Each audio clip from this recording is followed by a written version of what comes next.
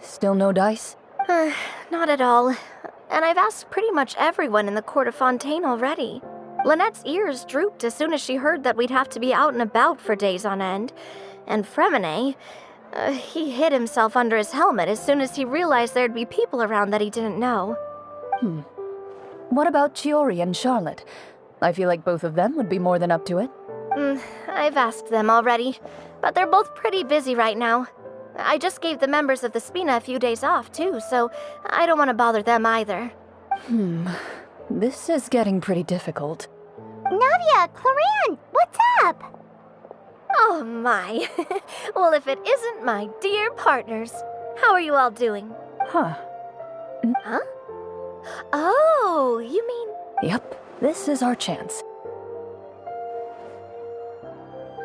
Do you need our help with something? Oh, precisely.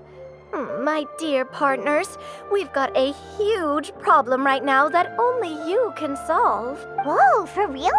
Absolutely. We've already exhausted all our other options.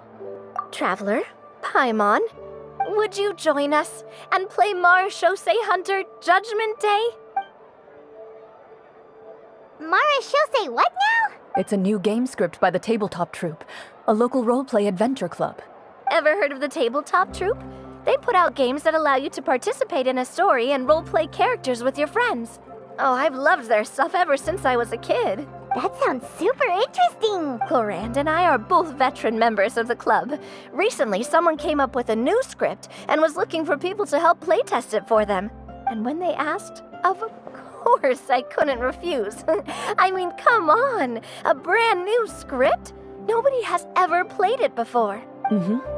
Generally speaking, scripts at that level of development have a lot of issues, but I think this one is pretty solid. The author obviously put a lot of work into the story, and the world building is also quite credible. Whoa. I know I was the one that handed you the script, but some of us haven't read it yet. No spoilers, please. Anyway, the script calls for a team of 4. Yes. We're missing one final player right now. So, you're saying you'll help us out? I knew I could count on you, partner. Paimon and the Traveler are kind of a package deal. Is that okay? That's not a problem. I'll adjust the pace based on the actual number of players and ensure that everyone has a good time. Well, Traveler, what do you think? Wanna play? Paimon will follow your lead. Well, that solves our problem. You have our thanks. Woohoo! I'll go grab the script manager from the club right away. The script manager? Didn't you just say that you gave Clorinde the script? The club introduced a completely new kind of gameplay for the script. In this iteration, the Game Master's version of the script is incomplete. The script manager provides the next part of the script only after players have completed the current list of objectives. On top of that, in order to increase player immersion, the club has created some of the story's sets and scenes in real life. We'll only know where we should go once the script manager reveals the starting location. Wow, you're right. Whoever wrote this script really did put in a lot of work. And it's got a real healthy amount of suspense, right? I mean, even the GM doesn't know how the story will end. I look forward to experiencing it with you all. Why don't you go meet up with the others first? They should all be waiting at Chioria Boutique. I'll come over with the script manager as soon as I find them. Sounds good. Remember to always watch where you're going, and don't rush. You say that like I'm 6 years old or something. Let me think. What kind of character should I play this time? I just hope you'll pick up some useful skills this time. Oh, and stop trying to persuade every animal you come across.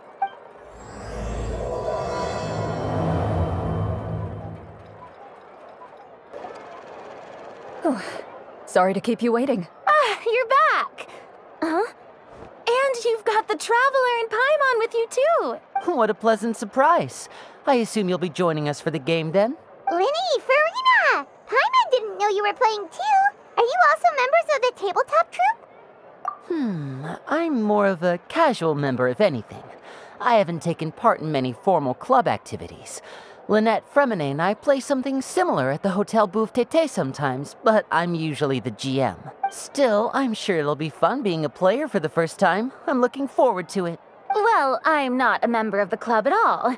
Clorinde simply woke me up first thing this morning, said there was a good script worth experiencing, and asked if I wanted in. If you're interested, I can give you a referral.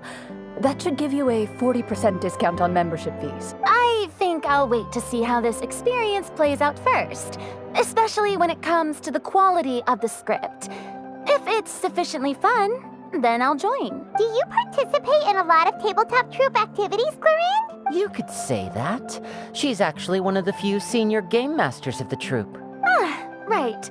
I knew about that even when she was still my subordinate.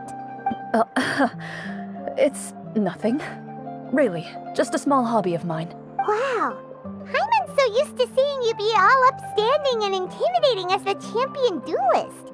It's kind of hard to imagine you role-playing with a bunch of friends. Surely you jest. I would never intentionally make things difficult for my players. I maintain a clear boundary between my professional and personal lives. The me you see at court represents the law and order of Fontaine. I put all personal feelings to the side and grant a fair duel to all who seek to defend their honor. But in my personal life, I'm just an ordinary person. Someone who feels anger and sadness, just like everyone else. Well, you say that, but for all the time I've known you, I don't think I've ever seen you cry. I've seen you get angry, sure, but now I'm wondering whether you were actually mad or if it just looked that way from the outside. I was probably in work mode during those times. Is that so? Well, in any case, I just feel like even in your personal life, you don't get emotional very often. So you want to see me cry? That might be a little difficult. A show of anger, though, that might be something I could accomplish. No, that's not what I meant.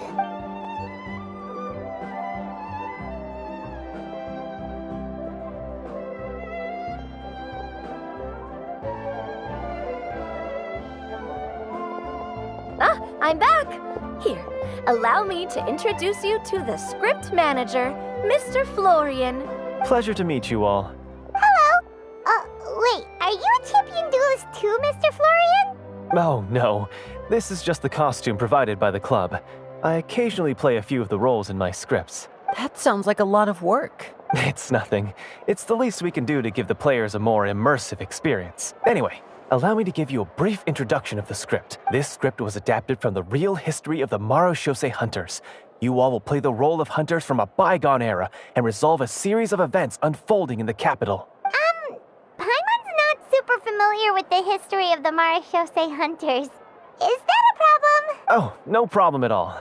I can give you a brief rundown. So, basically, Marechaussee Hunters were people who dedicated themselves to hunting monsters and protecting the city by using a special swordsmanship technique passed down over generations. Their story can be traced back to the ancient Rapperian dynasty, as well as the first hunter, Cassiodor. But I'll leave the finer details for you to seek out and discover later. And I'll provide additional commentary as the story progresses. In that case, brave hunters, are you ready to set out on an unknown adventure? Whoa, just one sentence and it's like we're in the story already. Aha, I see many a determined gaze before me. Very well, head over to this location and begin your heroic journey. So, as we follow the story, it leads us to specific scenes? Ooh, sounds pretty innovative. What does the message in the envelope say? It's the exact location of the scene, as well as the formal permission to use the venue. Huh, seems like they have everything prepared. Please check all your belongings, everyone, and make sure you haven't forgotten anything. Once you're ready, please follow me to the designated location. Sounds good. Hunter Squad, move out! Whoa, they really have thought of everything. Even the Fatometer is here and ready to go for us. The Fatometer. What's that? It's a card that's used to determine action success or failure. We'll need to use it when we try to use certain skills. And what about all the dessert and tea? Is that for us as well? That's what the message said. Oh, really? That's so nice. It feels just like a tea party with friends. Those snacks have Paimon's name written all over them. I think you might be more of a snack hunter than a Marechaussee hunter, Paimon. Snack Hunter Paimon reported for duty. If there are delicious snacks to be found, Paimon will track down every last one. The desserts are great, but I'm still looking forward to the story more than anything. Very fair. Then, let us begin. First, please pick up the blank character cards in front of you and write down your name and profession. You can find an abbreviated version of the rules printed on the back of your character card. If you have any questions, feel free to ask me. In this story, everyone is a Marechaussee hunter. To reflect this, the club has prepared a small badge for everyone. Ooh, nice. As hunters, you have proficiency in swordsmanship and fighting by default, so there's no need to allocate any additional skill points to those areas. Swordsmanship? So there's a fighting part to all of this? Paimon's not sure she can do all that on her own. Maybe Paimon can just stick with you? Why don't you share a character card then? The Traveler will be the Marechaussee hunter, and you can be her little floating assistant. Kinda like in real life. So, for the name, do I fill it out with the name of my character? Yep, it can be any name you like. You can use your real name too if you want. I do that whenever I get too lazy to think of a new name. Oh, so it would be like experiencing a different life, but still as yourself. That's not a bad idea. In that case, I think I'll continue to use the name Linny then. Next up is the skill sheet. You have a limited amount of skill points that you can use to learn a number of skills. The more points you invest in a particular skill, the easier it will be to pass associated checks. I'll take persuasion and investigation. Those are must-haves when it comes to missions like these. Oh, those skills sound like they'd be useful for gathering intelligence. Good idea, Navia. Just as expected of a veteran player. So should we also take those skills then? Not necessarily. Since we're working together as a team, we could leave the negotiations to Navia and use our skill points to pick up other useful skills. For example, I think I'll take stealth and sleight of hand. That will give us more options if we run into any situations we can't negotiate our way out of. Oh, interesting. I wasn't thinking about it like that. I suppose it's not so different from an acting troupe. Everyone has their own role to play. Let me see. I'll take arts and performance. I'm not quite sure what use they'll be, but I'm not as knowledgeable about the other skills, and I am not too confident I'd be able to roleplay them well. Well, that leaves us. What do you want to learn, Traveler? Oh, something that'll help you get a read on other people's thoughts. Sounds useful. Ooh, so you want to help people when they're injured. That's nice of you. So what do you think? Are you sure you want to learn these two skills? Let's see. Oh, looks like you each have enough points to choose one final skill. You've all picked such classic skills. It's fine to go a little bit out of the box, you know. Why do I get the feeling she's getting ready to cause trouble? For example, this one here. Summon. Doesn't it sound super mysterious and cool? Oh, I saw that one just now as well. The description says, this skill can be used under certain circumstances to summon characters or creatures that fit the script's world-building rules. The script's world-building rules, huh? But how are we supposed to know what a Marechaussee hunter can summon? Oh, that's not for us to worry about, my friend. Just learn the skills that interest you, and the GM will take care of the rest. All right, you've convinced Paimon. Let's learn summon then. Paimon can't wait to see what kind of thing shows up. Well, now that everyone's more or less finished creating their characters, we can begin. Since two of our players are doing this for the first time, though, let me ask, would you like to play on easy mode or authentic mode? What's the difference between the two? Well, in role-playing games, the story sometimes changes based on the decisions of the players and the results of the fatometer. For example, if you fail a check, that means you cannot use the target skill in that scenario. A critical failure may even result in further negative consequences. If you choose to play in authentic mode, Every time you elect to use a skill, you'll need to use the Fatometer to see whether you succeed or fail, and face any consequences that may follow. If you choose easy mode instead, every check will be successful by default, and you won't have to worry about luck playing a factor.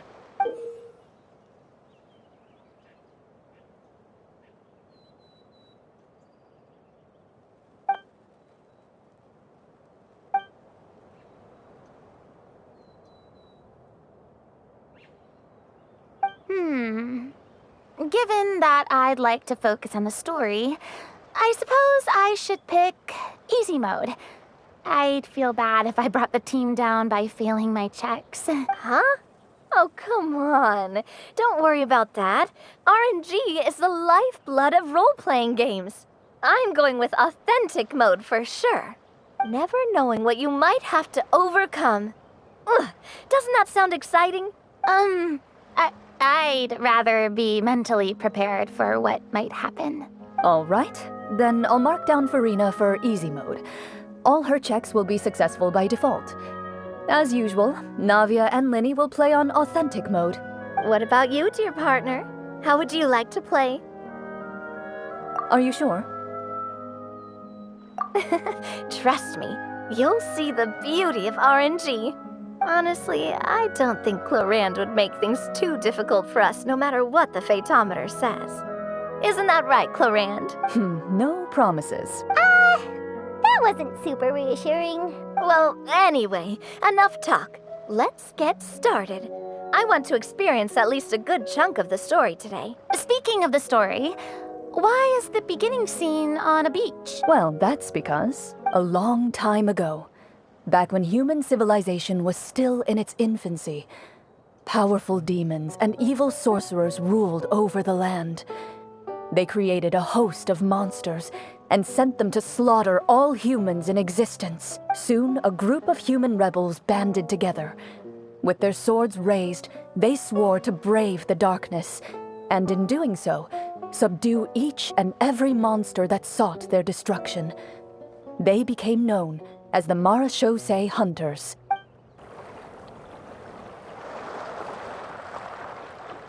Sometime later, as a member of the Marechaussee Hunters, you receive a commission. Following the address provided on the message, you take a boat and arrive at this strange city. As you inhale, you can taste the slightly salty air of the docks as you begin to survey your surroundings. There aren't many people in the vicinity, but you do take note of a few others who, like you, seem to be sizing up this place. Your eyes meet, and you realize these people are fellow Marechaussee Hunters, likely led to this location after receiving the same commission as you. You're all Marechaussee Hunters too, right? Allow me to introduce myself. The name's Navia, monster hunter by trade and helpful neighborhood businesswoman on the side. What say you to traveling together? We can help each other out on the road. Okay, count me in. My name is Linny. I've been wandering since I was little and picked up a few less than legal tricks along the way. I was adopted by a Marechaussee hunter and later chose to follow in his footsteps. Is this where you introduce your character to everyone? It sounds like they've done this dozens of times. My name is Farina, and, I grew up in a noble family. I always had a strong interest in performance and the arts. Even though I'm a Marechaussee hunter, what I really want is to be a performing artiste. Hey, that's really cool. You can do it, Farina. That's exactly how it's done. Paimon is Paimon, a good friend and companion to this Marechaussee Hunter right here. I've been studying medicine ever since I was a child. I want to do my part to eradicate these monsters and use what I've learned to heal others.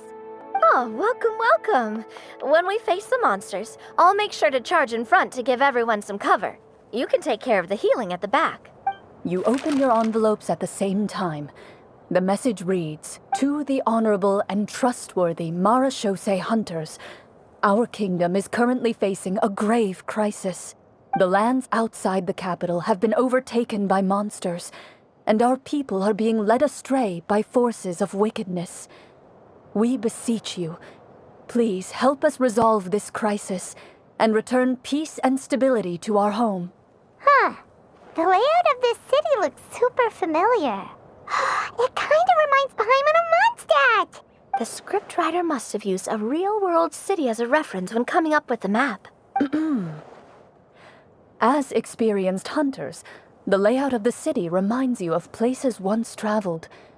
You recall the sight of tree-lined streets and the gentle tranquility of days gone by. Yet, as you regard the city in front of you, it appears to be little more than an empty shell. Its hollow gates are open to you, beckoning you to come forth and bring salvation back to the town. I carefully read every line of the letter and turn my attention to the signatures at the bottom. Who issued this commission to us? You see a long string of unfamiliar names. It would seem that many of the residents of the city issued this commission together. They sensed that things were not right within the kingdom and sent a distress signal to the outside world. In that case, why don't we take a walk around the city and see if we can learn anything from the local residents? Oh, good idea. We might be able to get some leads on the monsters and bad guys we're after. You look up and see a tavern nearby. It appears to be open for the day. Why don't we go check out that tavern?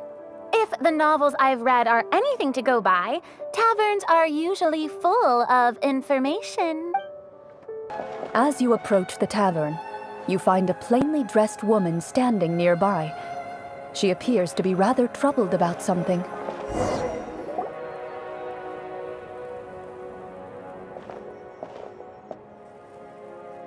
Greetings, friend. Lovely weather we're having today, don't you think? Oh, hello. I suppose you're right. The weather today is quite lovely. If only those monsters out there would stop causing trouble. It seems like every character included in the script has a certain amount of useful information to offer. If we keep asking questions, we might be able to get some good leads. Oh, come now, don't be sad. Life is all about optimism. Oh, that reminds me. What did you have for breakfast this morning? Huh? I don't think that's the kind of question we're supposed to ask. Nothing turns a frown upside down like good food. How about some macarons? I could make you some. You didn't even take cooking as one of your skill proficiencies. That's not necessary, miss. Excuse me for saying this, but you don't really look like a chef. Besides, I'm not really a fan of sweets. So you're someone who barely smiles and doesn't like sweets. You're really starting to remind me of this one friend of mine. Hey! Did she just... me? Clorinde must have broke character for a second. This isn't getting us anywhere. Traveler, maybe you can think of something.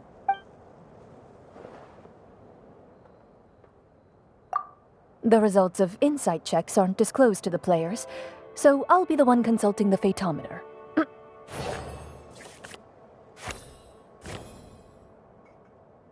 You recall all the lessons you've learned in your time and begin to carefully observe the woman's mannerisms. You notice that when she's quiet, she has an empty look in her eyes, as if her thoughts have drifted to a place far, far away.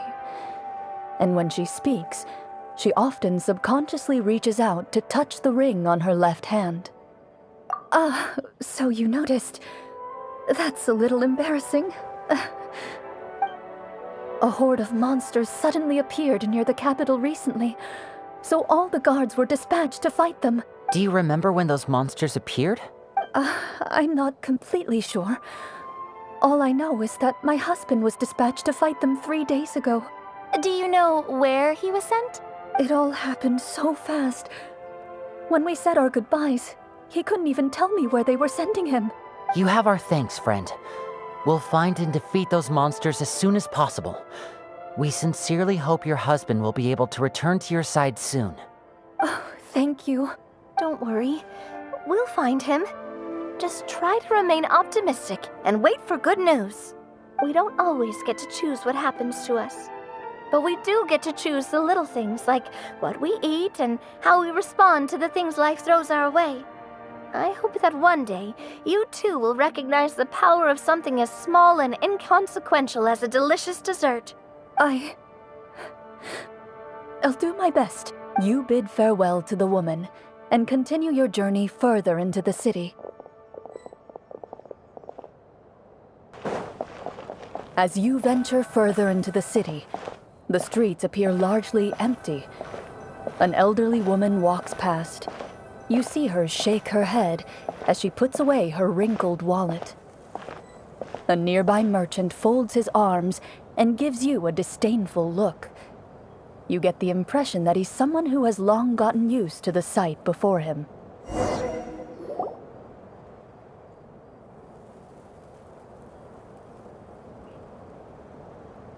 Although he doesn't seem very friendly, merchants are usually a good source of information, right? Pardon me, sir. I'd like to ask a question if I may. That depends. How much are you willing to pay? How about this much? What do you take me for? Some lowly beggar? You can't even buy half an onion with that amount. Surely an onion can't be that expensive, right? What do you know? War's nearly upon us. Everything costs several times what it did before. If you're not gonna buy anything, then scram. Whoa, what a nasty guy. Maybe we shouldn't even bother talking to him. But he still might have information we need. Traveler, can you think of something?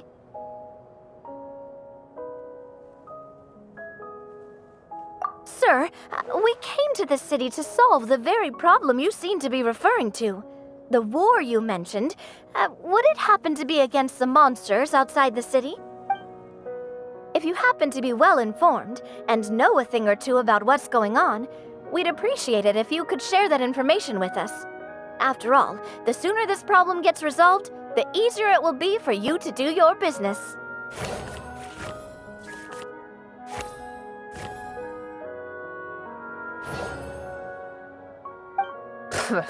Well, things are basically as you said, young lady. Those monsters are camped outside the city, and they've been destroying all our trade routes. We have limited reserves within the city, so if this continues, we're all gonna be in big trouble. Wait, you're saying no one has put a plan in place to distribute supplies or maintain order? We could all starve, and those nobles in the palace wouldn't even break a sweat. Who knows? Maybe they've been in cahoots with the monsters all along. That is concerning. All right. That's all the information you need, right? Off with you now. I've still got business to do. You know, if you smiled a little more, you'd definitely get more business. And I bet that would make your life just a little bit sweeter. I'm not saying it's guaranteed to work. It's just a tip.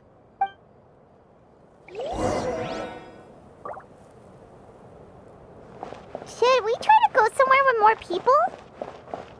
Oh, how about the city square? Follow me.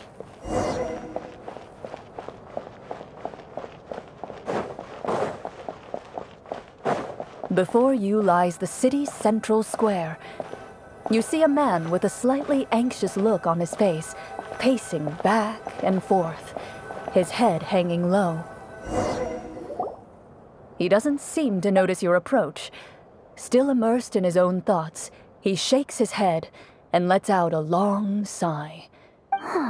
This guy seems promising enough. Maybe I can get some information out of him. Hello, sir. Is there anything I can do to help you? Wait, you're... I'm... Oh, dear goodness! You're a Marashose hunter! You recognize us? Are you one of the people who wrote the commission letter? Yes! Oh, I didn't expect you to actually come. Oh, what great news! The city is saved! What happened here? Alas, we once lived comfortable, carefree lives. This city used to be free of monsters. The first Marashose hunter, Casiodor, the Golden Hunter, he was the one who drove them back. However, monsters have once again surrounded the city. Perhaps the seal that kept them at bay has lost its power. Or perhaps an evil sorcerer has been meddling in our affairs. All I know for sure is that their return has stripped the city of any chance at peace. Are there not enough soldiers to drive them out? It's not a question of numbers. The guards simply have no idea how to deal with them. Most people my age have never even seen one of the monsters, much less been trained to fight against them. What's worse, many of us don't even know the history of the Marachose hunters anymore. When I was a child, though, my grandfather would tell me stories about how the Marachose hunters drove back the monsters. So, on the off chance that something might come of it, I decided to reach out to you. To be perfectly honest, I was starting to think all those stories were just tall tales. But now that I've seen you in person, I finally know that it was true. Well, you can rest easy, friend. The righteous and formidable Marachose hunters are on the case. The man is touched by your determination and resolve. His eyes begin to well with tears of relief. Still, if we are going to hunt the monsters, we need to know where to find them. Can you give us any leads? All I know is that the area outside the city is dangerous. I'm afraid I can't point you toward a specific location. Oh, although, if you leave the capital through the main gate and follow the road, you should run into a group of guards. They might know more about where to find the monsters. I see. We'll go look for them then. All right, be careful. Oh, and one last thing. The monsters outside the city are just part of the problem. There are evil sorcerers inside the city as well, so be on your guard. They're actively working with the monsters, and have corrupted the court ministers with malicious magic. They're the reason why, even inside the city, everything has been a giant mess. Even one of our kindest ministers has turned into a boorish and unreasonable figure, interested in nothing but enacting laws that exploit the people. Who knows how much longer we'll be able to go on like this. Talk about being stuck between a rock and a hard place. I feel bad for him. Maybe we should try to cheer him up? Huh? Like, now? Is this really the right time? I appreciate your kindness, but for now, it's more important to focus on the crisis at hand. Brave hunters, I leave the future of this kingdom to you. If I understood correctly, there are currently 2 problems in the kingdom that need solving, right? Exactly. We need to defeat the monsters outside the city and take down the evil sorcerer stirring up trouble from within. But which problem should we tackle first? Well, this seems like a good moment for a break. Take some time and discuss what you want to do. Let me know when you've made your decision. I really didn't expect the people in the city to keep us at arm's length like that. I totally thought the hunters would be treated like heroes. Well, Clorinde said the script took cues from the real history of Fontaine, right? Maybe the real-life Marachose hunters were also treated like that. I wouldn't say it's a perfect representation of history, but there are definitely some similarities. Would you like to hear more about it? Sure. As long as it doesn't spoil anything in the script. You've brought up bits and pieces of the hunter's history before, but it was all in passing. Paimon wants to know too. The hunters were super powerful, right? Were they all from a special line of supernatural beings or something? Kind of like the yokai in Inazuma? No. All Marachose hunters were ordinary mortal fighters. The only thing that set them apart were the special sword techniques passed down over the centuries. Huh? So you mean anyone could become a Marachose hunter? In theory, yes. All you would need to do is survive the rigorous training and master the swordsmanship techniques required to fight the monsters. Still, most people dropped out at the early stages, and others called it quits the minute they saw a monster in person. To become a hunter, you must be strong in both body and mind. What kind of monsters did the hunters fight exactly? Oh, and the evil sorcerer the script mentions. Did they exist in real life too? The land of Fontaine once played host to an ancient dynasty known as Rapperia. After that dynasty fell, monsters began to appear, intent on obstructing humans from establishing a new social order. One of the ancient sorcerers of Rapperia used his power to assemble a formidable army of golems. He sought to use that force to establish himself as king. Now wait a second. Don't tell me that guy was the inspiration for the evil sorcerer in the script. We still haven't found any in-game information on him yet. So, why don't you talk about someone else for now? Well, I wasn't planning on going into anything you might be able to find out in the game. But if you want me to talk about something else, then... how about Casiodor, the Golden Hunter? Or Egeria, the ex-Hydroarchon? Wait, but those people are all from a super long time ago. Where did you learn all this, Clorinde? From my master. Huh. By master, you mean Miss Petronia? Is someone you know? Absolutely. Miss Petronia and my father were good friends. Back in the day, she would often bring Clorinde over to play, but then... Let's not get off topic. Anyway, back to what I was saying. Responding to Egeria's call, a number of warriors followed Casiodor into battle against the monsters. This group of warriors, under Casiodor's leadership, became known as the Marechaussee Hunters. Yet, as Fontaine entered an era of peace, their work gradually became obsolete. The Marechaussee Phantom, originally an association made up of hunters, eventually came to be predominantly comprised of Melusines. Ah, I see. That explains why most of the people in the script have forgotten the hunters or think of them as nothing more than a legend. Is that really a bad thing, though? It can get tough always being the one shouldering everyone's expectations. Depends on who you ask, I suppose. If the name of the organization no longer commands respect, investigative work is bound to suffer. Speaking of investigations, which problem should we tackle first? Monsters or evil sorcerer? I vote monsters. That's the main duty of the hunters, right? We can come back to the sorcerer later. Well said, Miss Farina. Plus, if the sorcerers really are the masterminds behind this whole thing, defeating the monsters could give us some clues on their intentions as well. What about you, partner? What do you think? It's decided then. All right. After some discussion, you decide to turn around and head out of the city.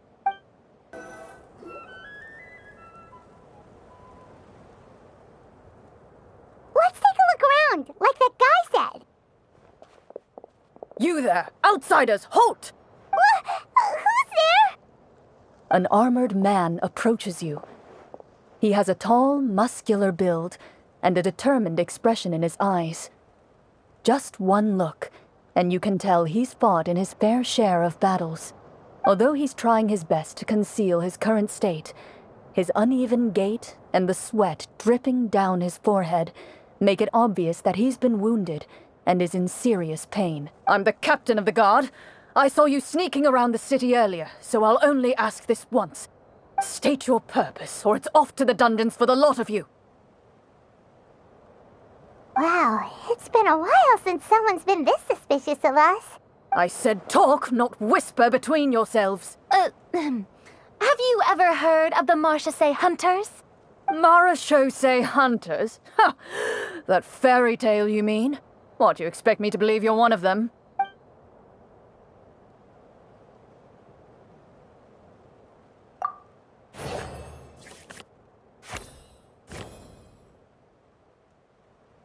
While everyone is talking, you begin to carefully observe the captain's mannerisms. Every so often, you see him glance toward a particular direction, with a pained expression on his face, as if an invisible thread is tying him to an unknown place. As you follow his gaze, you vaguely recall that the location he seems fixated on is known for its difficult terrain. Any battle that breaks out in a place like that is likely to be prolonged and devastating. Wait, is that where the monsters are? Outside the forest, in the area with the difficult terrain? The captain is taken aback by your sudden question. Still, his shock only lends credence to your theory. You're looking to fight the monsters?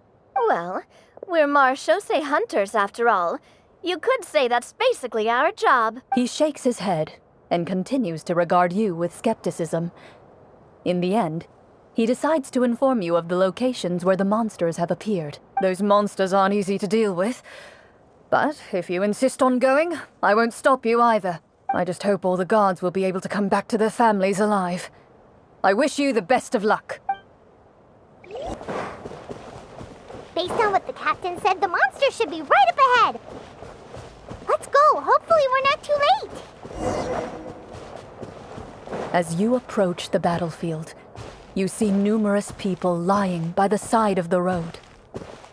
They appear to be dressed like guards. Their faces are filled with desperation and terror. Some are screaming and cursing in vain, as if still trying to banish the monstrosities they saw from their minds.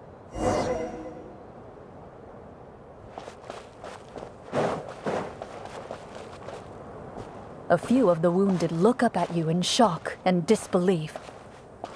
"Quick, leave this place. Turn around and don't look back," they yell.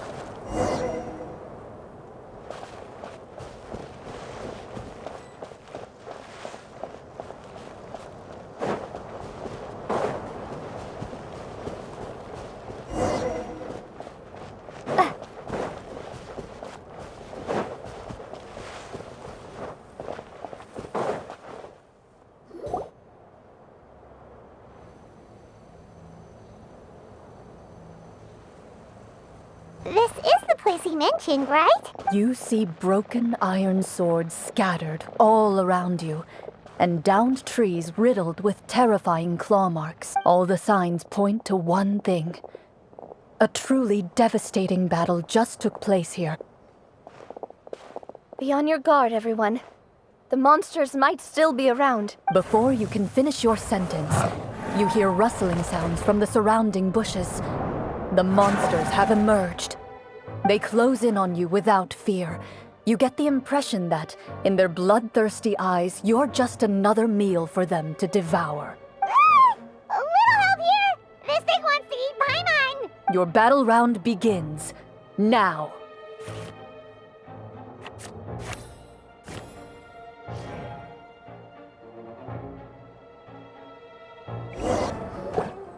The monsters let out a terrifying roar of anger and resentment before dissipating into thin air. Ugh, thank goodness it's over. We're lucky the Marashose Hunter class came with all those preset skill points. Otherwise, we would have been in some real trouble. I never knew the Fatometer even determines the amount of damage you inflict. If you get unlucky, isn't it just game over right then and there? That's part of the fun. The uncertainty of fate is what gives these games their appeal.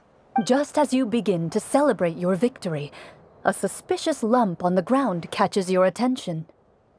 A suspicious lump?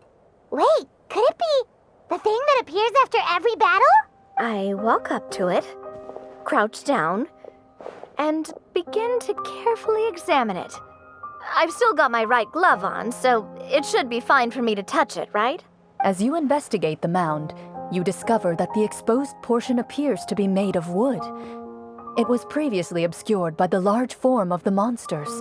With the monsters gone, the small protrusion now awaits your discovery, poking out of the ground like a shy flower bud. Whoa, it's a treasure chest!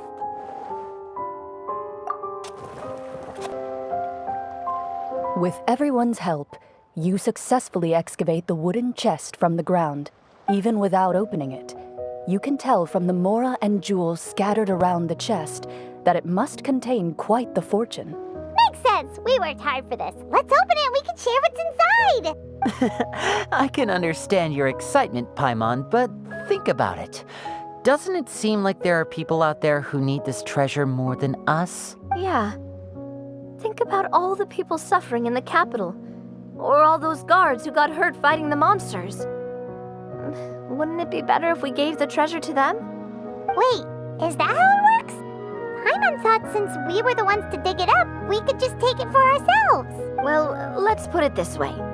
Any decision you make during a role-playing game can impact the future course of the story. But would the people really believe us? It's hard enough for us to prove we're Marashose Hunters. What if they think we procured the treasure illegally? They might get even more suspicious of us. That's definitely something we should consider.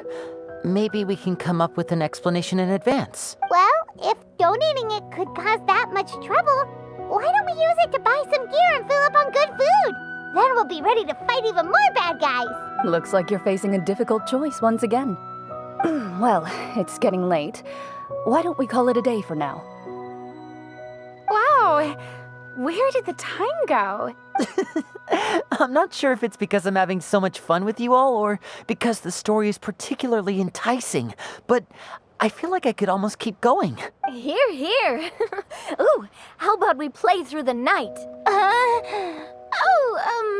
I'm not sure I'll have enough energy for that. Yeah, that won't work for me either. Lynette will give me an earful if I get home too late. I understand how you feel, Navia, but we have to change venues for the next part of the story anyway. Huh? Another location? There's a special note for the GM at the end of this section that says to proceed to an indoor set for the next part of the script. Whoa, they really pulled out all the stops for this new script. Well, even if we end the game for the day, we can still stay a little longer and hear Clorinde finish her story, right?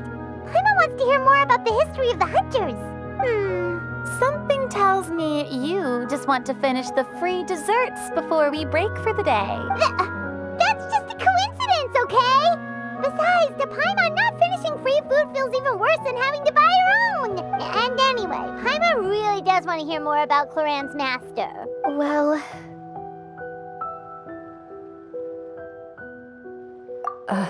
It's nothing. I appreciate the concern, but it's all in the past. It won't do any harm to share these things now.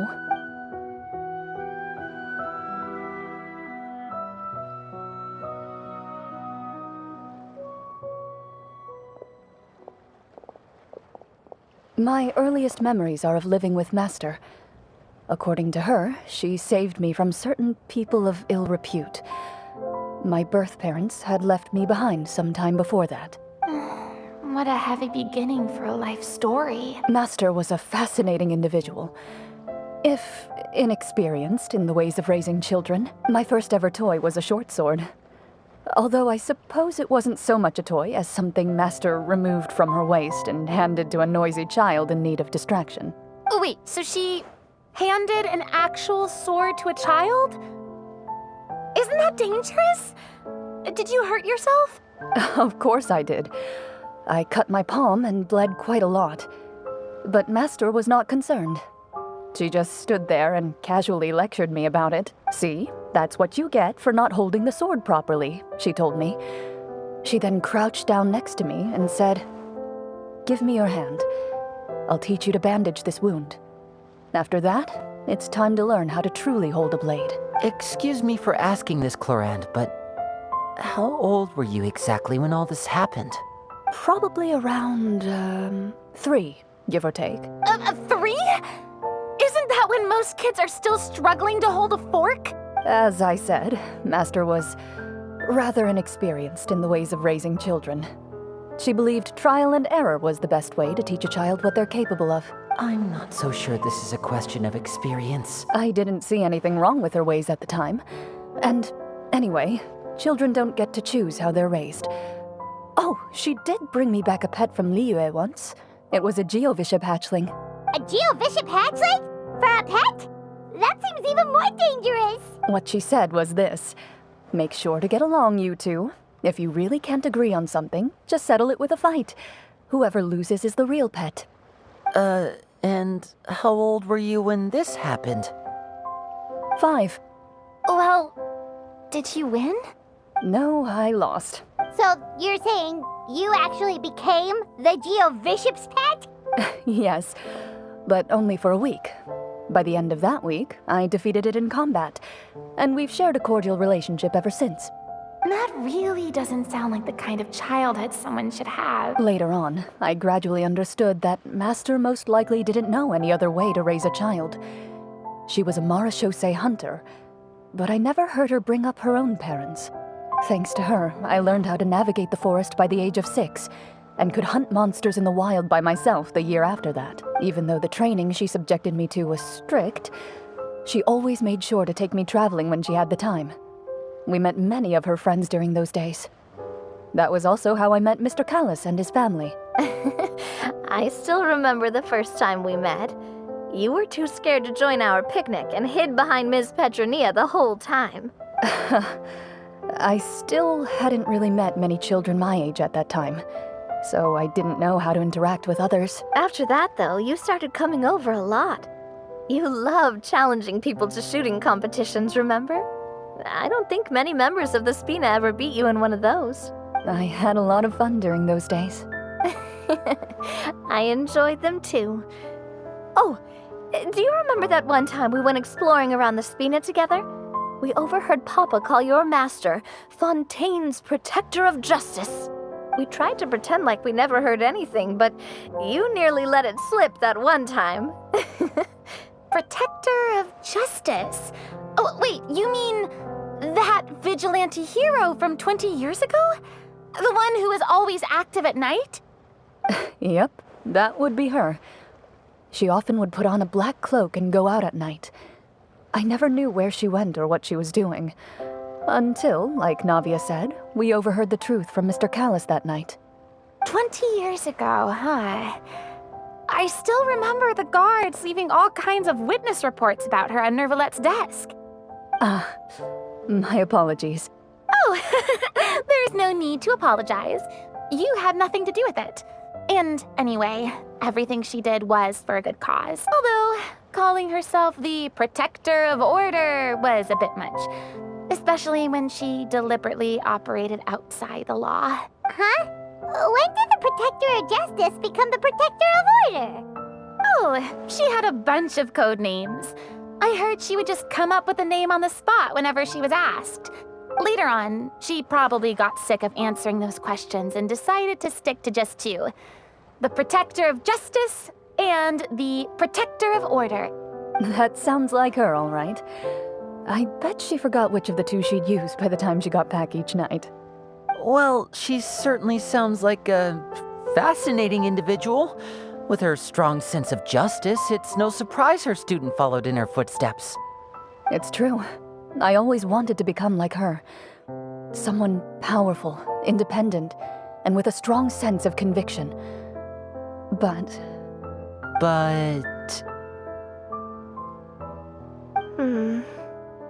She suddenly disappeared the night I turned 10 years old. Disappeared? What happened? I have no idea.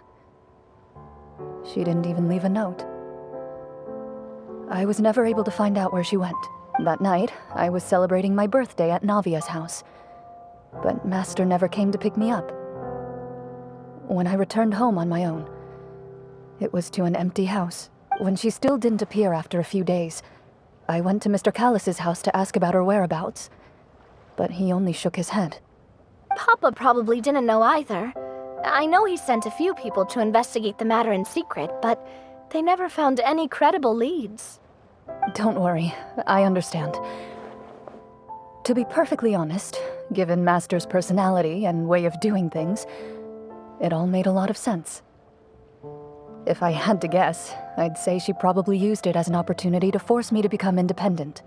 Just like how, when a litter of kittens reaches a certain age, the mother willingly leaves them behind. Were you upset, Clorinde? I was at first, but not anymore. I don't believe Master would suddenly disappear for no reason. There must have been something she just had to do. Well, despite everything, you still managed to follow in her footsteps and become the greatest champion duelist in all of Fontaine.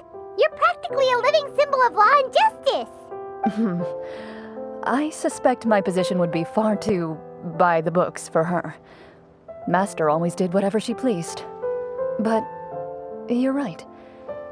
I suppose I do take after her in some ways. Who knew Clorinde had such an interesting past? I never had the chance to ask her about it before. And I wonder if Clorinde's master were the champion duelist back then. Would that duel against Mr. Callis have gone differently? Oh no. Judging by the atmosphere, Clorinde and Navia are probably thinking something similar. The mood just got super awkward all of a sudden. Well, anyway.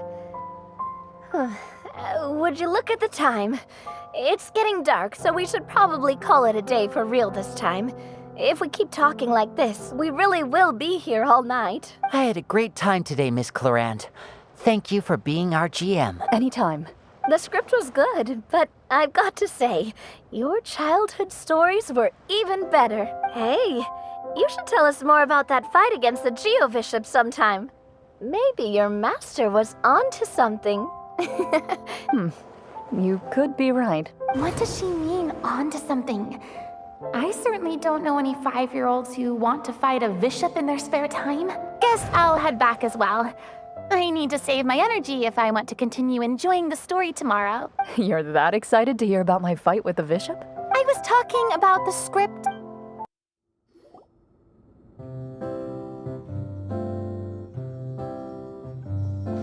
Looks like everyone's here.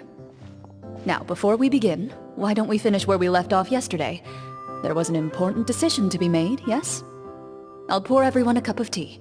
Is that really the most important part, though, Clorinde? Paimon's more concerned about our current surroundings.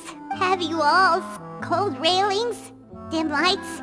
This is obviously supposed to be a prison. I admired the work put into the set. Still, it's obvious the scriptwriter has never paid a visit to the fortress of Rapperia. So this set is going to be a part of the script?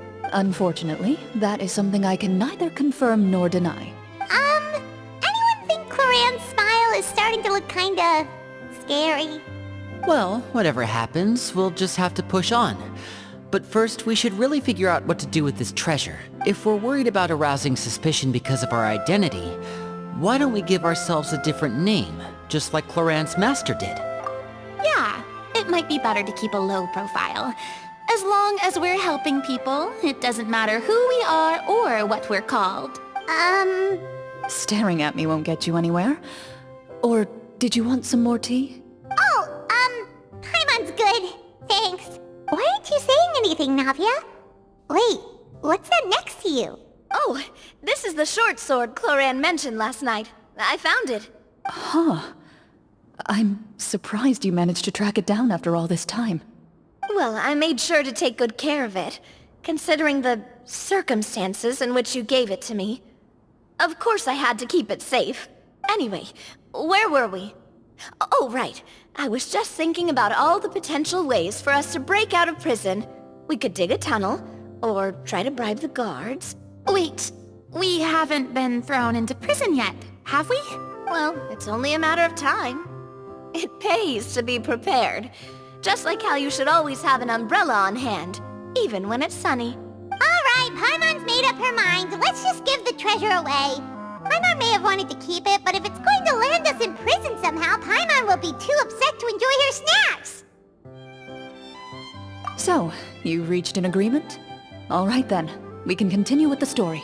Oh, and we'll collect all the scattered pieces of treasure on the ground as well. All right.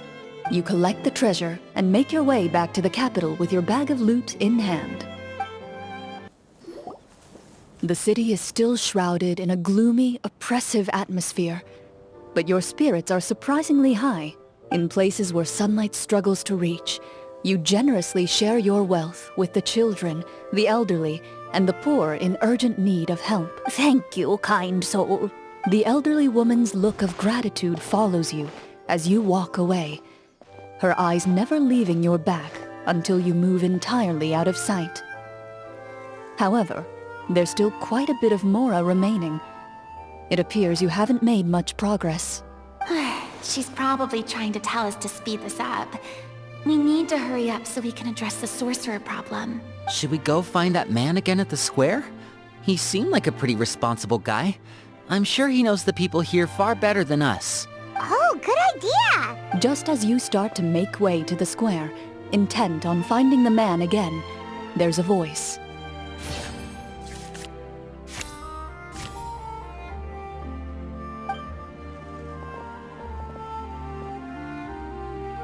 Please wait, distinguished guests.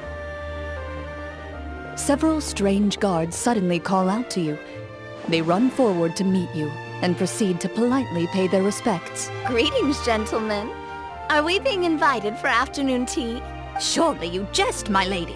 That would not be our place. It is His Excellency the King who requests to meet with you. Please come with us. Do you think this could be a trap?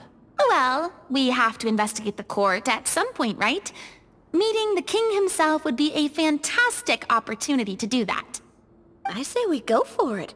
If something happens, we'll just turn the whole place upside down. That sounds a little intense.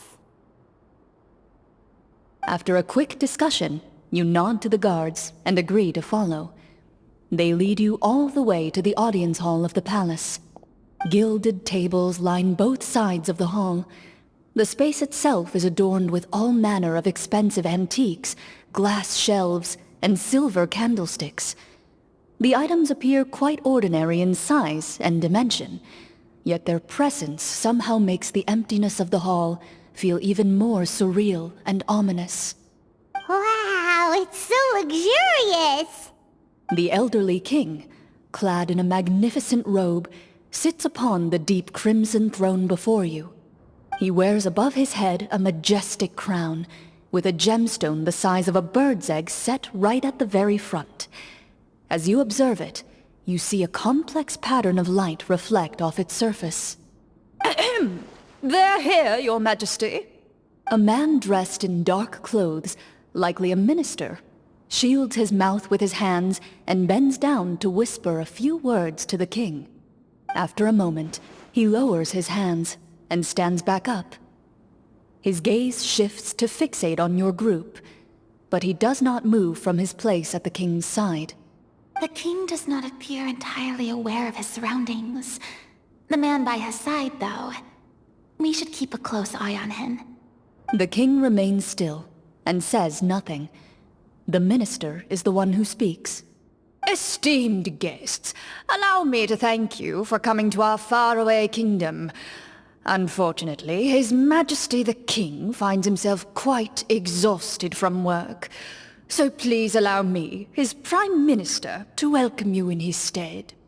I've heard tell that your group, the Marechaussee Hunters, used your exceptional ability with the sword to repel the monsters near the capital.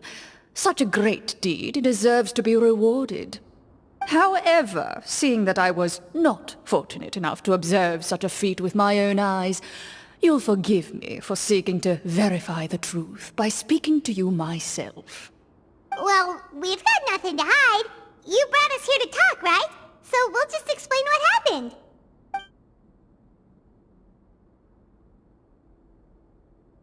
The golem's blades were so powerful, they could cut down trees in a single swipe! It took a lot of effort to defeat them, even for trained swordsmen like us. Well, that was enough details, right? Believe us now? Your account does indeed match those of the survivors. Since you were the ones who defeated the monsters, that must mean you are also in possession of the treasure they stole? Well, we did take the treasure, but... How did he know about the treasure? Then I must ask that you return it at once. It belongs to the kingdom. Wait, but didn't you just say that our great deed deserved a reward? Shouldn't the treasure be considered a part of that? Yes, that was indeed what I said. But you seem to have forgotten a very important distinction. Only that which is freely given by the king can be considered a reward. Taking the rightful wealth of a kingdom without said permission, on the other hand, is a crime. But that's completely unreasonable! Yeah, that makes no sense! If it weren't for us, the treasure would still be buried underground somewhere! Maybe so, yet the fact remains. You tried to dispose of the treasure without reporting it to the court and without receiving permission, yes? What, no answer? Surely you're not insinuating that you, a group of legendary Marechaussee hunters, sought to take the treasure for yourselves? Well, doing? Is he just gonna let this guy talk for him the whole time? Clad in his magnificent robe, the king remains seated, with his hands resting on either side of the throne. His posture is rigid and unmoving. He stares forward with an empty look in his eyes, completely unmoved by the events before him. From the look of things, could the Prime Minister be the evil sorcerer? Or could both the King and the Prime Minister have fallen under the evil sorcerer's control? I would like to observe the number of guards stationed in the hall. The guards in the palace appear fully armed, their expressions solemn.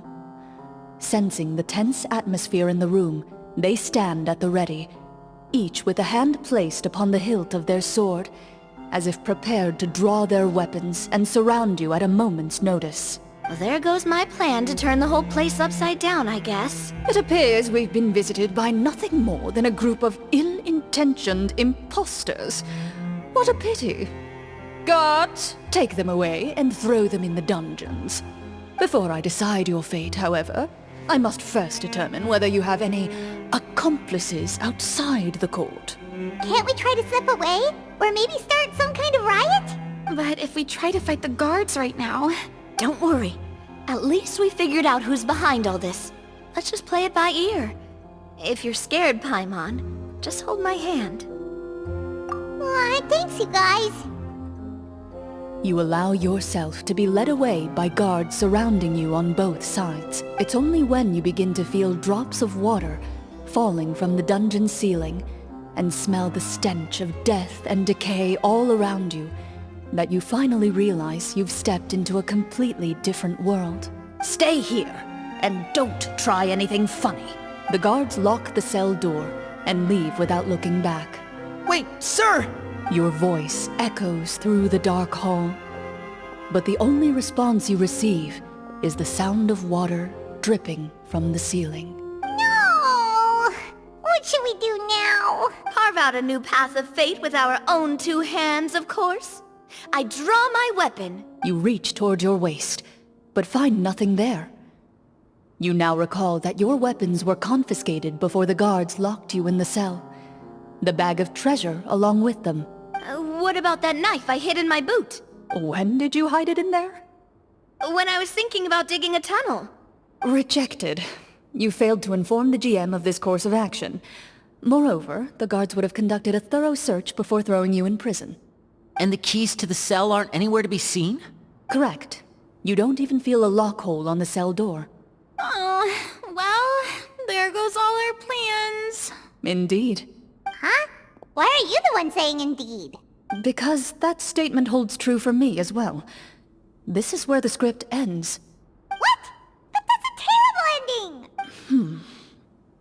Generally speaking, this should be the point where the scriptwriter gives the players some kind of hint, or gives the GM some kind of code for how to move forward. I mean, maybe they just really wanted us to be immersed in the feeling of being in prison? Like, they'll only show us the way out once we've grown truly and utterly desperate? That is a possibility. If only there were desserts and tea in real prison. Oh wait, guess that's kind of how the Fortress of Meripede works if you're lucky. Oh, before I forget, Navia, the short sword you had with you earlier. I took a closer look, and the craftsmanship doesn't appear to resemble anything from this era.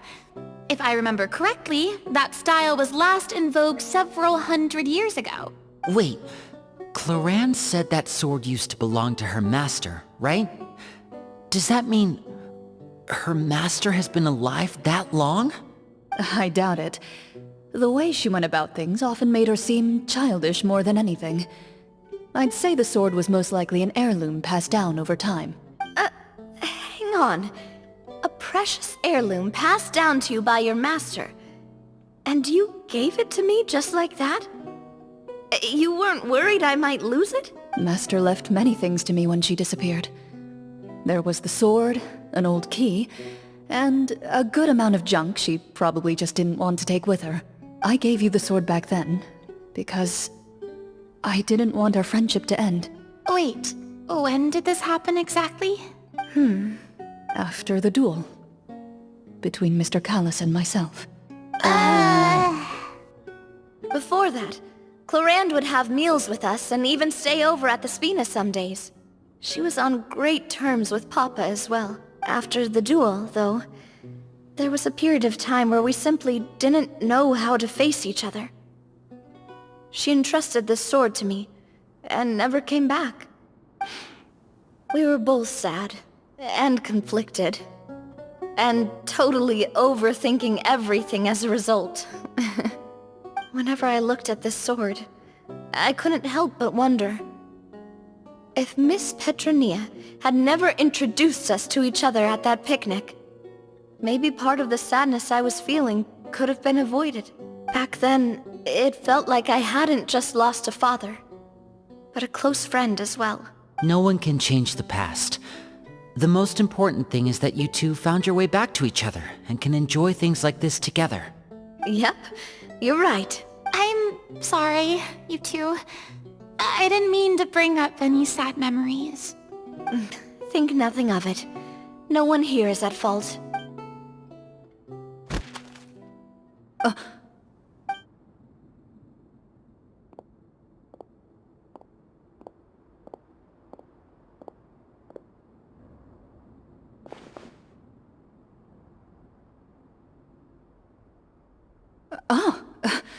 Looks like the next part of our script is here.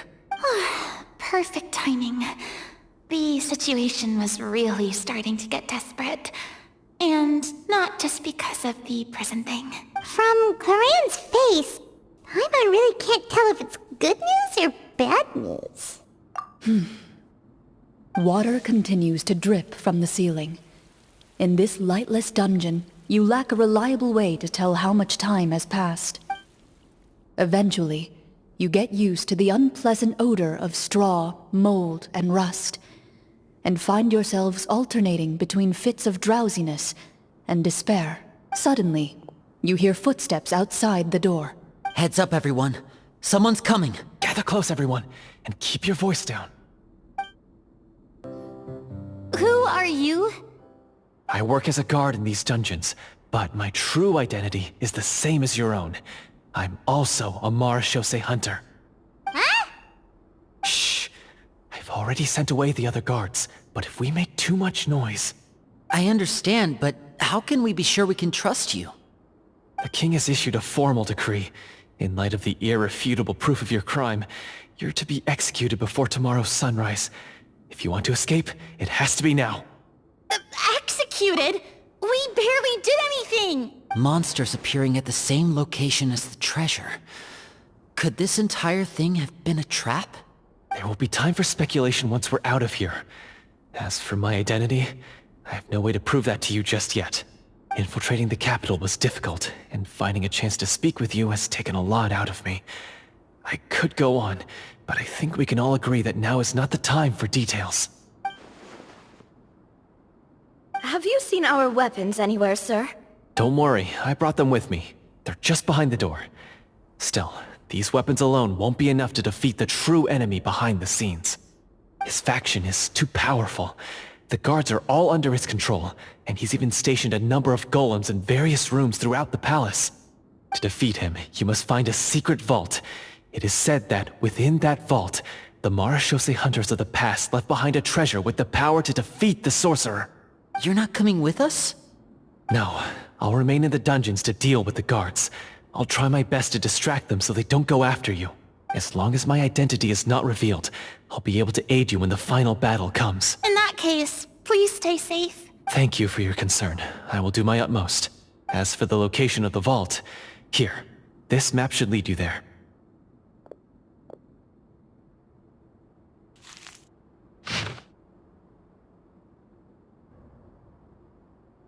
Got it. All right, once I open the door, remember to stick close and refrain from making any noise. I'll lead you out of here as quickly as possible. You now have the chance to restore the honor and legacy of the marechaussee hunters. So please, get out there and reclaim what's ours. And be sure to exercise caution. With the help of the guard, you successfully escape the dungeons.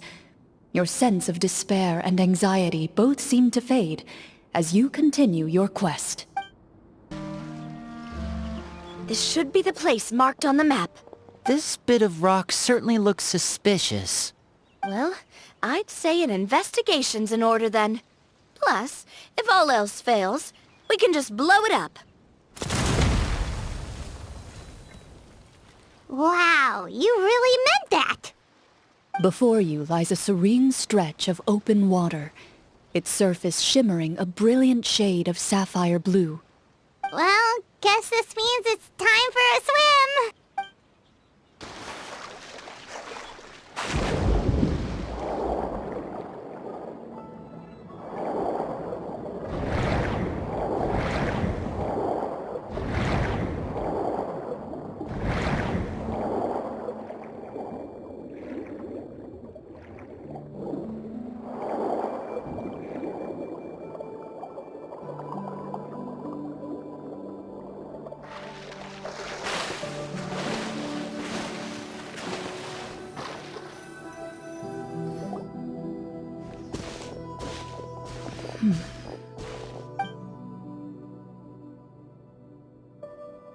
What's the matter? It's nothing. As you step into the cave, you find yourself in an eerily quiet space. Before you lies a narrow passageway that appears to trail off endlessly into the distance. Wow, this must be where the treasure is hidden! But this door is blocking our way in. It almost looks like it's been here for quite some time. I've got to hand it to the Tabletop Troupe. They really went all out with the props. Huh. What have we got down here? A kind of mechanism connected to the door? It looks like we might have to arrange it into a certain pattern. A pattern on a stone door. That's something Master mentioned before. Is something wrong, Clorinde? After a long, difficult journey, you finally arrive at the location indicated by your map. It appears to be an ancient site of some sort, where treasure likely awaits. Your surroundings are exceedingly quiet and serene, as if the secret that slumbers here has never once been disturbed. If you listen closely, you can almost convince yourself you can hear the sound of its calm, gentle breathing. That description makes Paimon feel kinda bad for disturbing this place. We're doing this for the sake of the people, to free them from the evil sorcerer. I say it's time for this treasure to once again see the light of day. Linny's right. We need to keep going. The future of the kingdom depends on it. The next part of the story requires us to solve the puzzle, right? Let's start exploring the area. Yes, that should be fine. Something feels off about all this. Guess I'll just have to improvise. It worked! Something just appeared. Some kind of new mechanism, maybe? By solving the puzzles, you prove yourselves worthy of inheriting the secrets of the past. At the end of each puzzle, you're rewarded with With? a key. Oh, it must be the key to the big door. This is one of the Marechaussee Hunter keys that are passed down from generation to generation. It looks just like the one Master passed down to me. It is said that 4 keys in total are required to form the final, complete key. And it seems like we just collected 3 of them. That must mean... Huh? What's wrong? You hear a few strange noises. Suddenly, all the torches in the ruin go out at once. What's going on? Did we fall into another trap? For the sake of immersion, please close your eyes, everyone. Without the torches, the space is now completely dark, and you cannot see anything.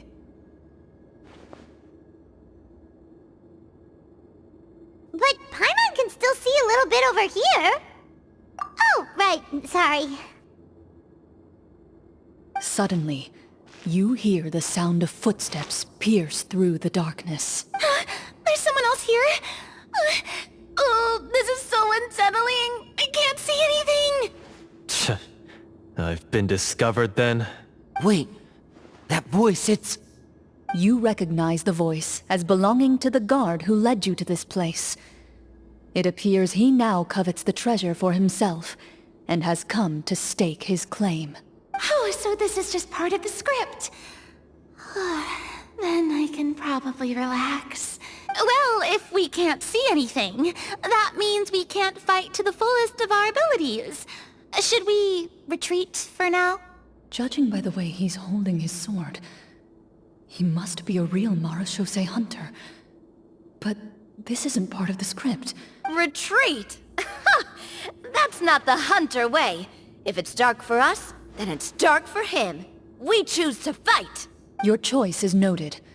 Please keep your eyes closed until I tell you the torches have been relit. This battle will be in the dark. You got it! Well then, let us begin.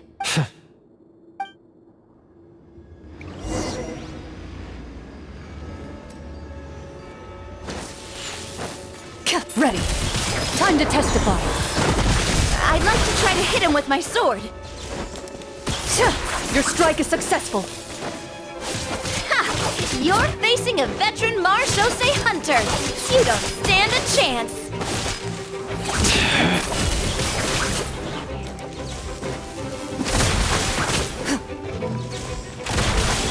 Is he still standing? Goodness, he sure has a lot of HP. Is it over? Can we open our eyes now? The enemy is strong and relentless, but the battle is nearing its end. The torches have not been relit. What about now? Final strike. Ha!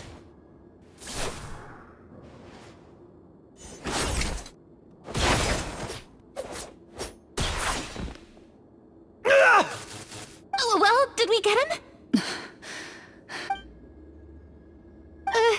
Clorinde? Warm fire flickers across the walls once more. Your vision is now clear. In an impressive display of courage, the four of you successfully defeat the uninvited guest. That look in his eyes. It's like he became an entirely different person as soon as I defeated him. Huh? Mr. Florian? Oh, wait. We're supposed to be role-playing. I should stay in character. Speak your name, guard.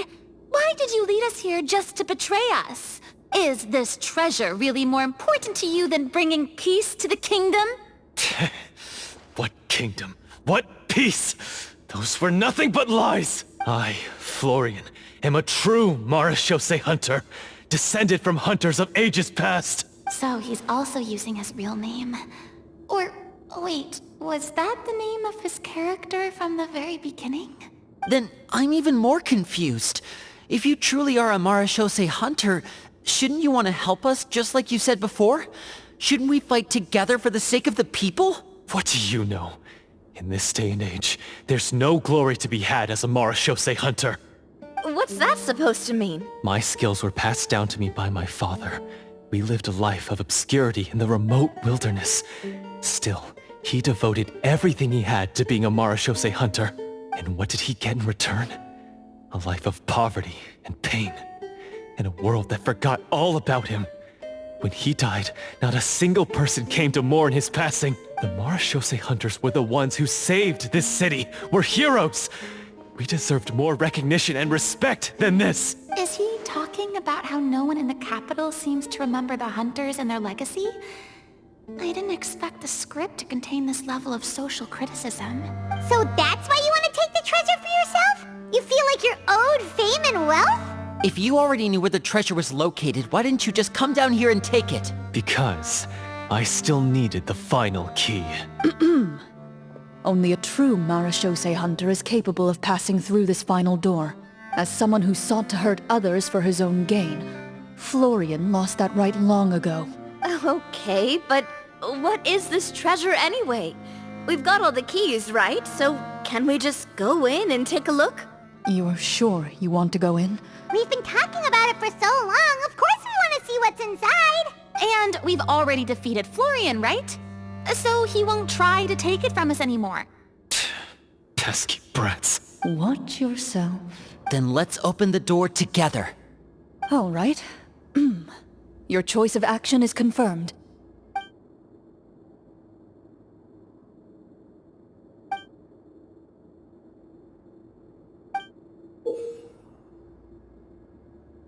Before you, the door to the treasure, sealed and undisturbed for more than 100 years, finally swings open. You hear the shrill wail of the door hinge as it rotates for the first time after years of disuse, almost like a sleeping giant letting out an extended yawn. You get the impression that the secrets buried behind this door might be just as heavy as the sound you just heard. It's open! Come on, let's go in! Paimon wants to see what's inside! Ooh, me too! Ugh, uncovering hidden treasure is the most exciting part of adventuring. What do we have here? Uh-huh. A stone tablet? And some shabby weapons? You call this a treasure vault? Looks more like an abandoned warehouse! Maybe the troupe ran out of budget at the end? They provided a super immersive experience at the beginning only to drop the ball at the most important part? They could have at least filled this place with cardboard Mora or something! Wait, I get it now. Paimon, this is the real Marachose Hunter treasure. Huh? This is it? The Marachose Hunter treasure is just a stone slab and some broken swords? I can't believe it. I refuse to believe it! Whoa, are you okay? The Marachose Hunter before you appears to suffer a serious mental breakdown. He needs to leave the room for a moment to collect himself. One of you seems to understand the significance of the treasure already. If the rest of you wish to follow suit, you may remain here in the meantime and explore your surroundings. So, how are you doing? Feeling any better? What just happened? Do you remember how you got here? Or what happened to your body just now? I remember now. I brought you here because I wanted to... The explosives in the cave! You mean these? Huh? How did you... I could tell something was off the moment I stepped into this cave, so I kept an eye out. I've already dismantled the whole thing. So the strongest champion duelist in all of Fontaine saved the day once again. Guess I shouldn't be surprised. It would seem your skills as a Marachose hunter are as sharp as ever. I deserve some answers, don't you think? Tell me why you wanted to lure me here. Everything you said earlier sounded like the truth. Luckily, your monologue was dramatic enough to convince my friends you were just role-playing. I don't know. I just always felt like there was something in my heart that didn't belong to me. Something agitated and angry. Who knows? Maybe it was my own anger all along. I could never really tell. The feelings about my father and the other Marachose hunters are real. It just wasn't fair. I was angry, bitter that no one remembered them or praised their accomplishments. I don't know when it started, but at some point, my anger came to completely consume me. At that point, I remembered the legend my father used to tell me. The one about the treasure. But if the treasure was all you cared about, why plant all those explosives? Wouldn't they just destroy the treasure and bury you along with it? I can't remember. My head is a mess. It felt like there was this voice telling me to eliminate the hunters, but now it's gone. From your description, I suspect you were dealing with a devorator. Devorator? Oh, your master... your father, I mean, never talked about it? It was a kind of monster that was active several centuries ago.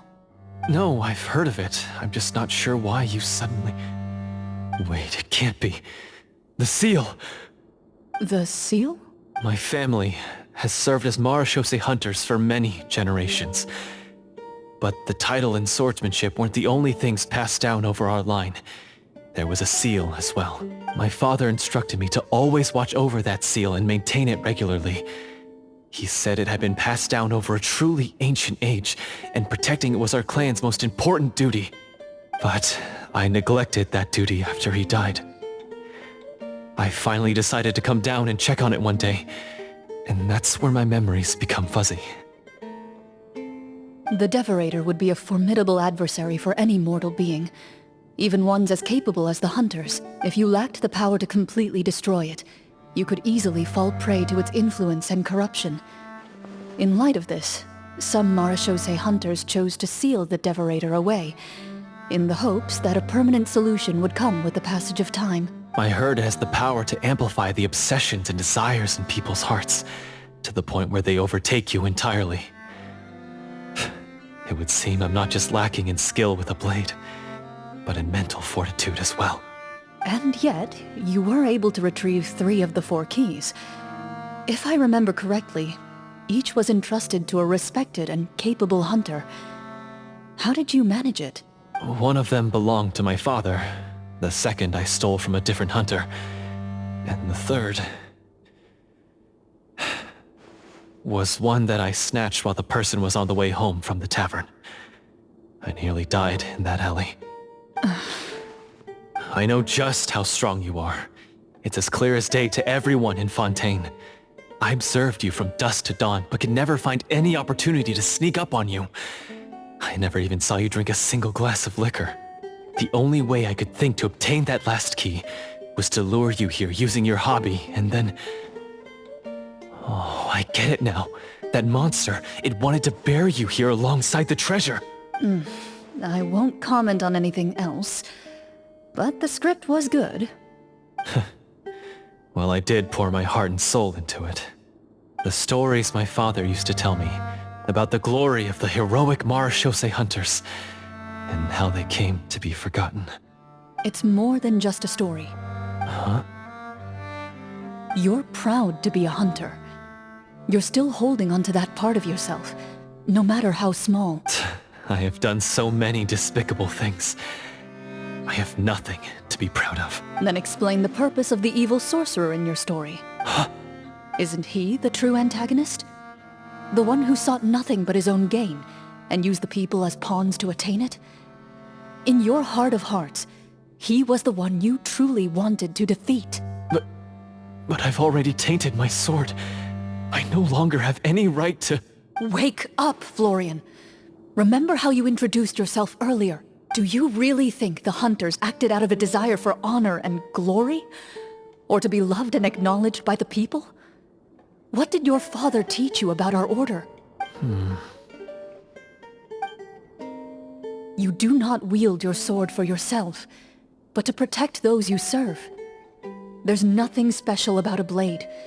It's the intentions of the wielder that matter above all else. Do you still not understand? Even after seeing the treasure for yourself? The contents of that room, they represent the true legacy the hunters left behind. You're right. I am a Marechaussee hunter. It's time for me to redeem, no, to finally serve the people I vowed to protect all along. I wouldn't be so quick to push aside the need for redemption. I know. That's a charge I won't bother to defend myself against. Good. Then, come with me, and help me see the script through to the end. Huh? See the script through to the end? But there's no more script left. Never finished it, huh? No, I mean, I wrote the script with the sole purpose of luring you all here. There was no reason to write beyond this point. Then we'll just have to keep writing it. The evil sorcerer still needs to be defeated. You mean the Devorator? Are you saying I have to make up the rest of the script as we go along? Is that really so hard? You've already written most of it. Surely you can write an ending where the hunters win and justice prevails. I'll be there to help you too. You aren't afraid your party will fall into danger? I know what my friends are capable of, and they're all quite skilled. Besides, I need their help. Then, are you going to tell them the truth about all this? I don't intend to spoil the fun. Sometimes, protecting dreams and fantasies is more important than exposing the truth. Don't you think?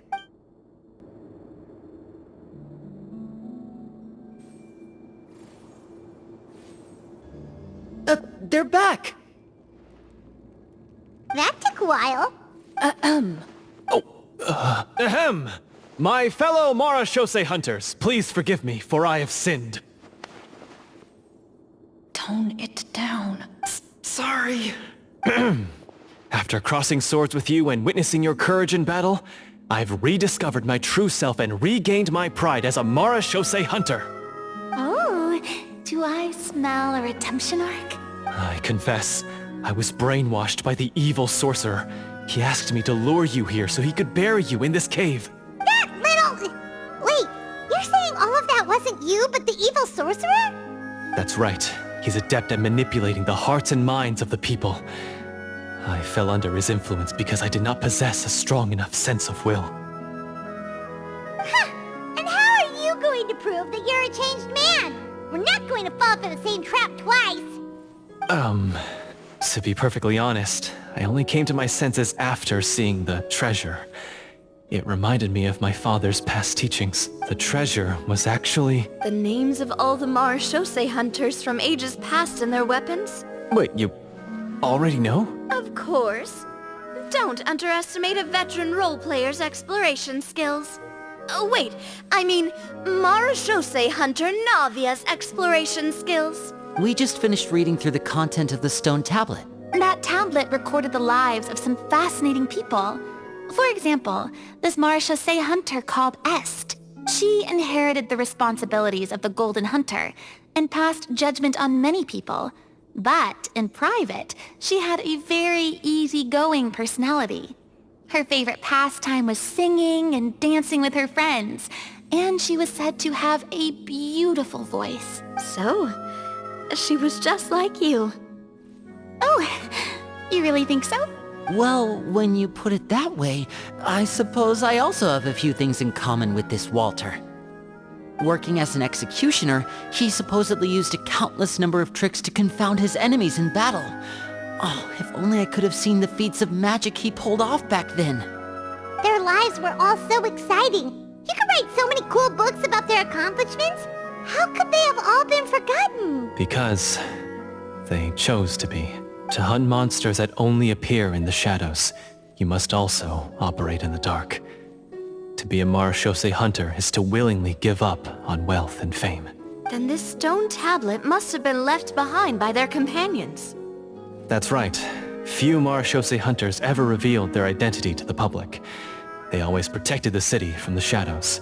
The only time they spoke of their accomplishments would be at night, when they gathered with their fellow hunters in front of the bonfire to share stories of the monsters slain by their hand. So, this tablet was created not so that the hunters would be remembered by the people, but so that they would be remembered by each other. No wonder this place was so well hidden. You regard the stone tablet in solemn silence. The names of your comrades etched onto its surface serve as a reminder that you are never truly alone. The tablet proves that, although a hunter walks a shrouded path, it is not a solitary one. There will always be those who walk beside you, a fact that remains as true today as in ages long past. Their legacies shall continue to be passed down from generation to generation, as everlasting as the stone onto which their names are carved. Father, you once told me that I should seek out the treasure if I ever became lost. So this is what you wanted me to find. Thank you, my friend. You are very kind. I implore you, everyone, please give me a chance to make up for all I've done. Allow me to fight alongside you and defeat the evil sorcerer that threatens the peace and prosperity of everyone in this kingdom. Well, I say we let you join. Sounds good to me too. Everyone makes mistakes. What matters is what you do to make up for them. I have no objections, but... Mr. Florian, do you even know how to defeat the evil sorcerer? When he took over my mind, I gained some insight into his thoughts. Every time I thought of the treasure, he reacted with a strong sense of fear. Huh? He's afraid of the treasure? But there's nothing here except some broken weapons and the stone tablet! What if the secret's hidden inside these weapons? GM, permission to investigate.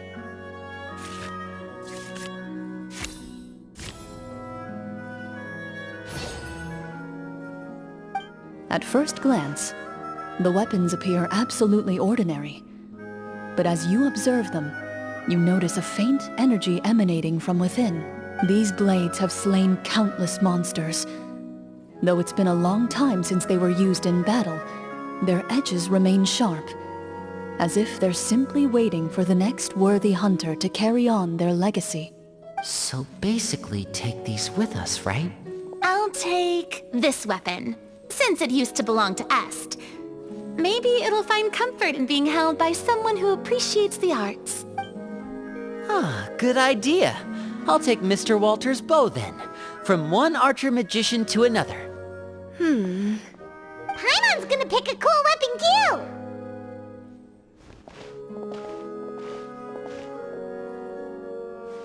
As you grip your weapons, you can almost feel the will of past hunters coursing through your being.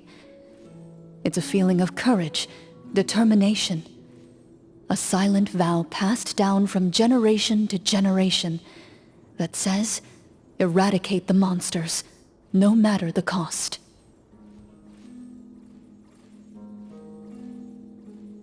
Mr. Florian, do you know where to find the evil sorcerer? I was able to see his surroundings when our minds were connected. I believe he's currently hiding out at the church in the kingdom. We must be extremely careful. He's spent so long living among monsters that he's now taken the form of one. He will not be easily defeated. Then why don't we explore some more and try to find some higher level gear? We don't want to just fight him and lose, right? No, we have to strike now. He was greatly weakened when I managed to break out of his control. If we let him rest, he might have time to escape. I agree with Mr. Florian. We've got to act while we have the advantage. Don't forget, the people of the capital are counting on us. Yeah, now that we've got a plan, there's no point in waiting. The longer this drags on, the worse it will be for everybody. Yes, that's what's called... Yes, that's exactly right. Alright, you've persuaded Paimon. Mr. Florian? Of course. Follow me. He had to set up so many scenes today, and now he has to join in for this last part. I really don't envy his job. Finally, you decide to slay the evil sorcerer and bring peace back to the kingdom once and for all. As you walk away, you feel the gaze of the stone tablet at your back, as if all the hunters of the past are wishing you success in the battle ahead and awaiting your triumphant return. Finally, you arrive at the church Florian described. As you approach, an ominous aura surrounds you. You get the sense that your enemy is close at hand. How strange. This uneasy feeling seems so real. How did they manage that? Now, it is time for the final battle. Let's go!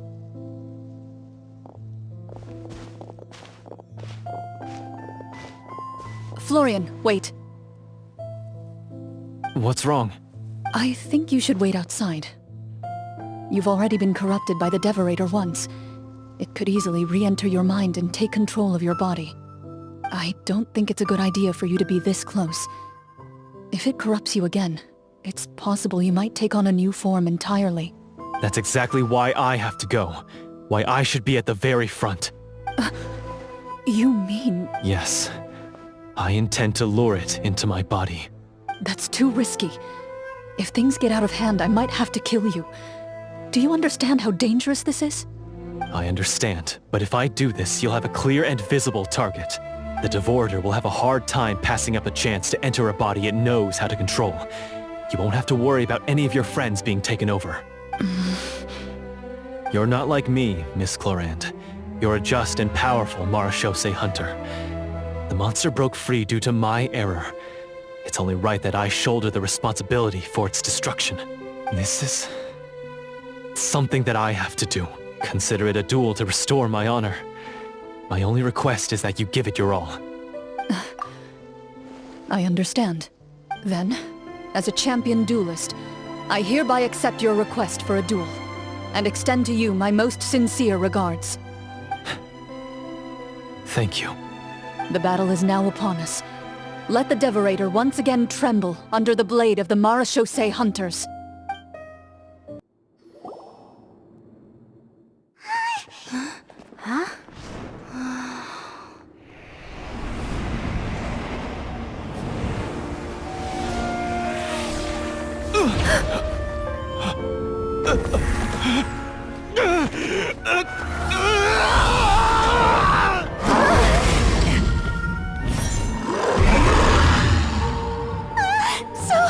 So lifelike!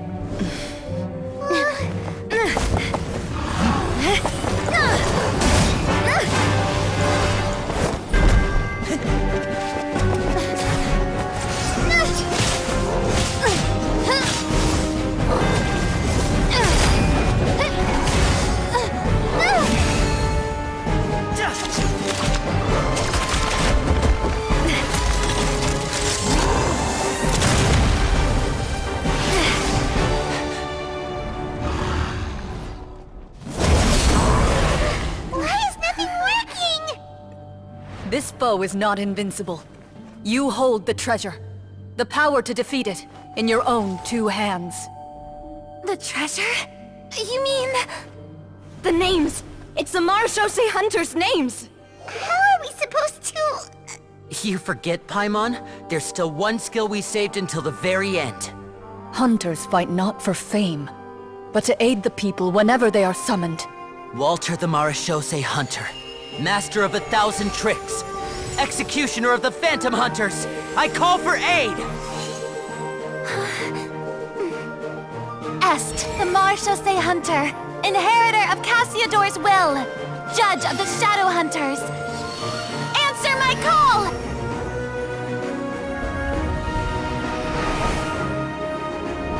Petronia, protector of justice and order. The hunter I respect the most.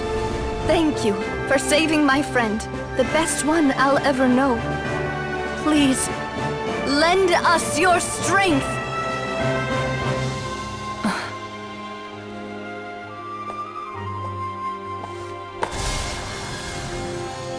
We have come to answer your summons.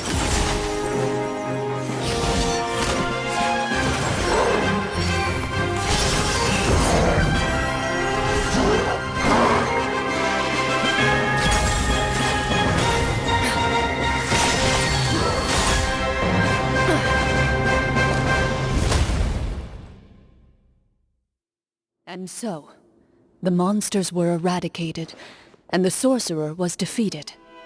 Peace soon returned to the capital. Those in the court, manipulated by the sorcerer, also recognized the errors of their ways.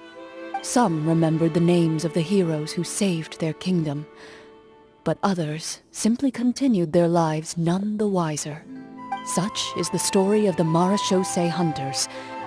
They pursue the phantoms in the darkness and exterminate all who pose a threat. They will always protect the city and those within it, even should all memory of their accomplishments be forgotten by the very people they serve. I am assuming we've finally reached the end of the script. Yes, you've reached one of the better endings. It's a pretty solid story overall. I thought it was just an ordinary adventure at first, but the further we got into it, the more impressed I became with the production and the plot. That final battle especially! All the effects were super realistic. Oh, right. Yeah, totally. That's a really good point. I never expected the weapons we picked up from that vault would have that kind of effect. Yeah, mine nearly scared the daylights out of me when it started glowing. I took a good look at it after we got out, but I don't think it ever lit up again. Oh, we should probably give these props back, right? I'll just leave mine here. Did you have a good time? Of course. course. Let me know if another script like this comes around. Sure, no problem. Then I'll head back for now. I think I need some time to fully digest everything that just happened. Once Mr. Florian is awake, please pass on my regards to him. He must be extremely exhausted to have passed out cold like that. You're right. He's had a lot to deal with. Well, see you all some other time. Toodaloo!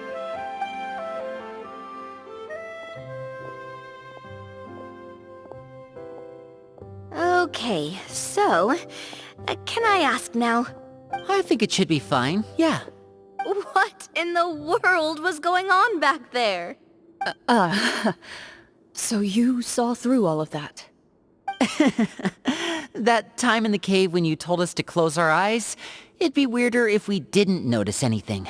I was dying of curiosity the entire time. I mean, you did a pretty bang-up job of pretending nothing had gone wrong.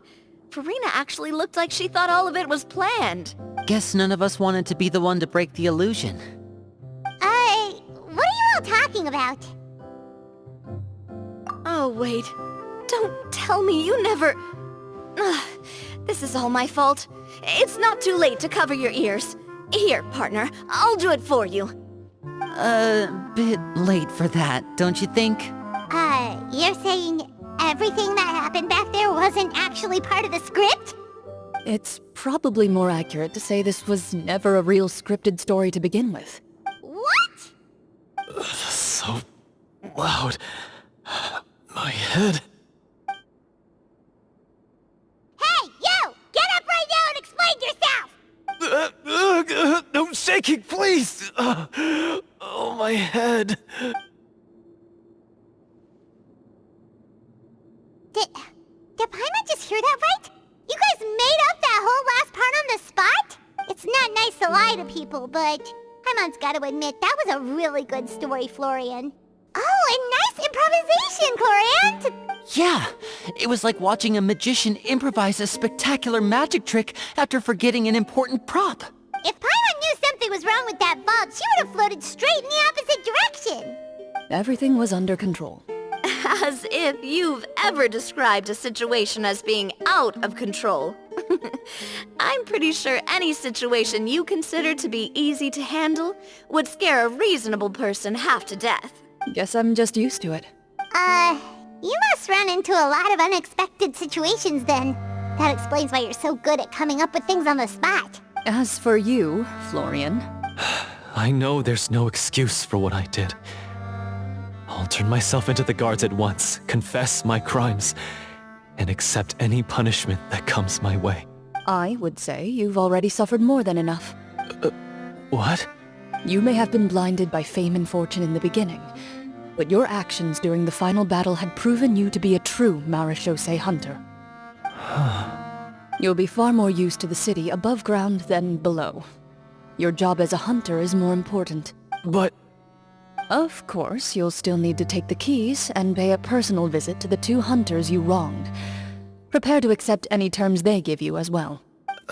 Yes, of course. As far as I'm concerned, though, your showing in the duel was enough to prove your honor. Then I'll do exactly as you said. I'll go return those 2 keys right now. Thank you so much, everyone. I'll do my best to prove myself worthy of the second chance you've given me. I swear this on my name and honor as a marechaussee hunter. Until we meet again, everyone.